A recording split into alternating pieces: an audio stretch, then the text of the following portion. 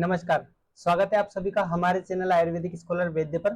तो आज से हम एक नई सीरीज शुरू कर रहे हैं जिसमें कि रस शास्त्र के जितने भी फॉर्मुलेशन है वो सभी हम जो भी टॉपिक्स दिए हुए हैं जैसे इंग्रेडिएंट, उसके अनुपान और जो उसके यूजेज है, साथ में रिसर्च अपडेट है, वो सारा हम यहाँ पे कंपाइल करेंगे। ठीक है, तो ये इस तरह से हम रखेंगे। ठीक है, यहाँ पे अब देखो, कोई भी अगर वटी है, अगर एग्जाम में आती है तो हमें किस तरह से देखनी है वो भी हम देखेंगे, साथ में समझना कैसे वो भी हम देखेंगे। ठीक है, तो सबसे पहले हम आरोग्यवर्धनी वटी से यहाँ पे शुरू करेंगे। ठीक है, तो आरोग्यवर्धनी वटी में हमारे पास में देखो, सबसे पहले तो जो इसके जो रेफरेंसेस दिए हुए हैं वो क्या क्या है। A5 पार्ट 1 रस योग है, दूसरा रस रत्न समुच्च विसर्प चिकित्सा। ठीक है, ये इसके रेफरेंसेज है।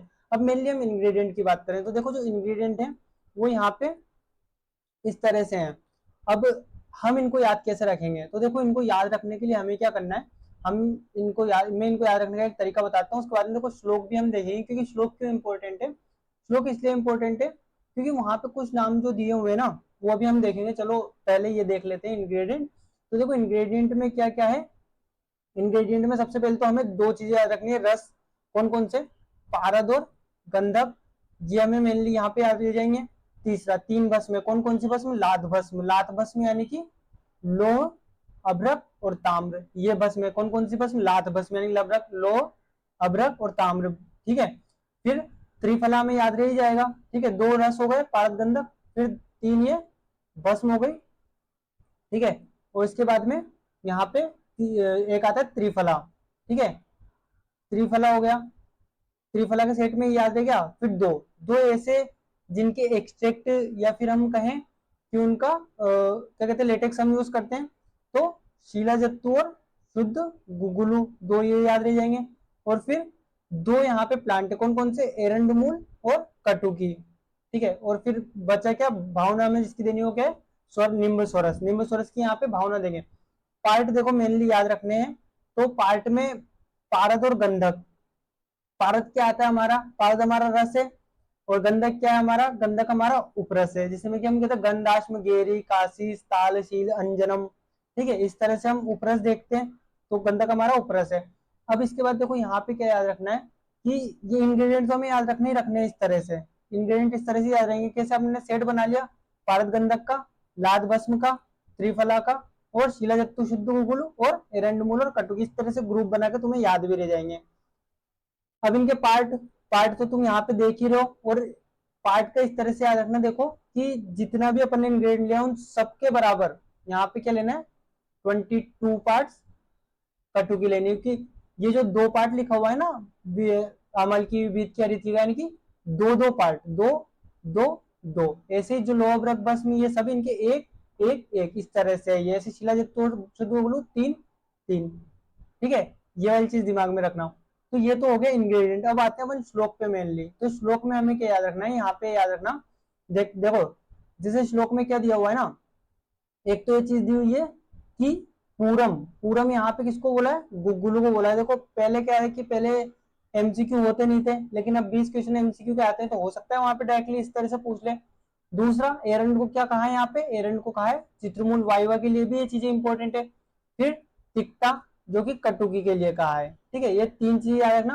और एक चीज जो इसमें और याद रखनी है वो ये है कि इसमें ये दिया हुआ है कि जो वटी बनानी है वो बनानी है राजकोल फल, राजकोल फल की जैसी इसकी वटी बनानी है। ठीक है, तो ये वाली चीज यहाँ पे याद रखना है। देखो, ये राजकोल फल। ठीक है, ये वाली चीज यहाँ पे हमें याद होनी चाहिए। ठीक है, ये हो गया। तो राजकोल वाली चीज याद रखना। अब क्या क्या करते हैं, तो कज्जली प्रिपेयर करेंगे सबसे पहले, ये हमें पता ही है। फिर जितने भी इंग्रेडिएंट थे उनकी सबकी यहाँ पे हम क्या बना देंगे, मतलब उनको सबको क्या करेंगे, मिक्स कर देंगे। और उन सबको मिक्स करने के बाद ये हमारे पास में यूनिफॉर्मली मिक्स करेंगे। और फिर भावना देंगे हम किसकी, निम्ब स्वरस की या निम्ब पत्र स्वरस की भावना देंगे 2 दिन तक।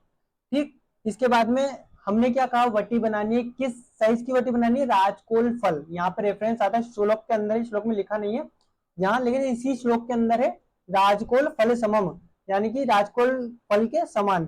ठीक है, और फिर उसको ड्राई करके स्टोर कर लेंगे। तो ये इसकी प्रोसीजर है प्रिपरेशन की। इसके बाद में इसकी डोजेस की बात करें तो डोजेस इसकी जो आएगी 250 से 500 mg, यानी कि हम क्या कह सकते हैं 2 से 4 रत्ती। एक रत्ती में कितना होता है 125 mg, तो ये क्या हो गया 2 से 4 रत्ती इसकी डोजेज है। ये वाली चीज याद रखना, ठीक है। बाकी अनुपान हमें पता है, अनुपान वही जो भावना, जब नींबू सोरस की जरूरत तो नींबू सोरस हो गया, मधु दुग्ध आद्रक सोरस जल ये सब हो गए। फिर दूसरा इंडिकेशन, तो इंडिकेशन देखो मंडल, मंडल एक कुष्ठ का प्रकार है, ठीक है, मंडल में बाकी अलग अलग कुष्ठ में भी दे सकते हैं, जीर्ण ज्वर में दे सकते हैं, मेदो दोष में दे सकते हैं, और मेन जो इसका आता है वो आता है यकृत विकार, ठीक है। क्योंकि अपन क्या कह रहे हैं यहाँ पे विसर्प चिकित्सा, विसर्प क्या होता है, एक तो कुष्ठ, कुष्ठ का स्किन डिजीज का एक टाइप है, ठीक है, स्किन डिजीज का एक टाइप है विसर्प। तो मेनली स्किन डिजीज में हम यहाँ पे यूज कर रहे हैं आरोग्यवर्धनी वटी को। देखो आरोग्यवर्धनी वटी अगर यकृत विकार में काम कर रही है तो हम इसको यहाँ पे कह सकते हैं कि ये मेनली रक्त दोष पे काम कर रही है, ठीक है। और रक्त दोष त्वचा, त्वचा में जितने भी दोष होते हैं मेनली किससे रक्त दोष ही होते हैं, ठीक है। तो यहाँ पे इस चीज से आप याद रख सकते हो कि रक्त विकार में भी ये काम करती है, ठीक है। तो आप इसका और अच्छे से इस पे स्टडी करना है, ये तो लिखने के हिसाब से, ठीक है, याद रह जाए थोड़ा बहुत, लेकिन आप अगर स्टडी करोगे इस पे और अच्छे से कुछ रिसर्च पेपर देखो, हम यहाँ पे एक रिसर्च पेपर की भी एक सीरीज ला रहे हैं, इसमें कि हम अलग अलग रिसर्च पेपर या जो भी फॉर्मुलेशन है उनके रिसर्च पेपर लाएंगे जो कि शॉर्ट्स, यूट्यूब शॉर्ट्स में होंगे, ठीक है। रिसर्च अपडेट में क्या है, तो मेन इसका जो रिसर्च अपडेट है वो है role of efficacy of Arogyavardhini in gastrointestinal disease, यानी गैस्ट्रोइंटेस्टाइनल डिजीज में किस तरह से काम करती है, या गैस्ट्रोइंटेस्टाइनल डिजीज में इसकी बहुत अच्छी एफिकेसी है। तो स्टडी जो की गई उस स्टडी में क्या क्या फाइंडिंग्स मिली, पहली ये कि ये इनहांस करती है डाइजेशन को, दूसरा प्रमोट न्यूट्रिएंट्स एब्जॉर्प्शन, यानी न्यूट्रिएंट्स के एब्जॉर्प्शन को प्रमोट करती है, बॉडी फैट को बैलेंस करती है, ठीक है। इसके अलावा यहाँ पे अगला detoxify without toxic effect on vital, यानी कि ये बॉडी को डिटॉक्सिफाई भी करती है वाइटल ऑर्गन्स को हार्म किए बिना। उसके बाद में अगला यहाँ पे हार्मोनाइज दोषाज, यानी कि जो दोष हैं उनको बैलेंस करती है, सपोर्ट लिवर फंक्शन हमने देखा है यकृत विकार में मेनली काम कर रही है, sustain digestive health, and digestive health को अल्टीमेटली देखो गैस्ट्रोइंटेस्टाइनल डिजीज में काम कर रही है, डाइजेस्टिव हेल्थ तो आएगी आएगी।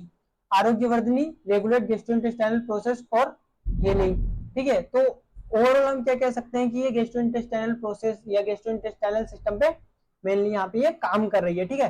तो ये वाली चीज याद रखना, बहुत ज्यादा हमें वो नहीं है, सिर्फ हमें ये मेन चीज याद होनी चाहिए, इंग्रेडिएंट क्या है, प्रोसीजर क्या है, इसके डोज क्या है, अनुपान क्या है, इंडिकेशंस क्या है, और रिसर्च अपडेट इसमें क्या क्या है, ठीक है। इसका रोग अधिकार क्या है, विसर्प इसका रोग अधिकार है, ठीक है।